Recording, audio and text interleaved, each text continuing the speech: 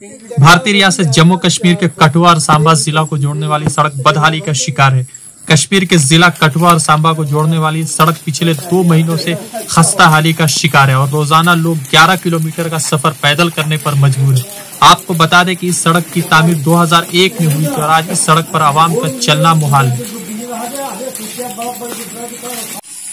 जो पसलियां पड़ी हैं तो इसी से रास्ता बंद है, वो कुछ नहीं जाता, हम पैदल चलते हैं। गवर्नर बाबा से जाना है तो कोई 12 किलोमीटर से है।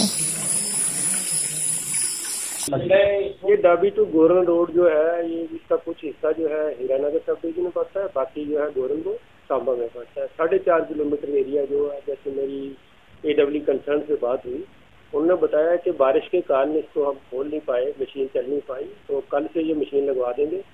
इस रोड की वजह से जहाँ के लोग इतने परेशान हैं कि लोग जहाँ से अपने मतलब गांव को त्याग कर सिटी में जा बसे हैं, क्योंकि जहाँ आने जाने का कोई साधन नहीं है। बच्चों को पढ़ाने की दिक्कत है, बीमार को ले जाने की दिक्कत है, और रास्ता ये ऐसा बना हुआ है कि जहाँ कोई सुनने वाला है ही नहीं। मुकामी बाशिंदों के मुताबिक कई बार इंतजामिया को इसकी शिकायत की गई, मगर अभी तक इसका कोई भी असर देखने को नहीं मिला है।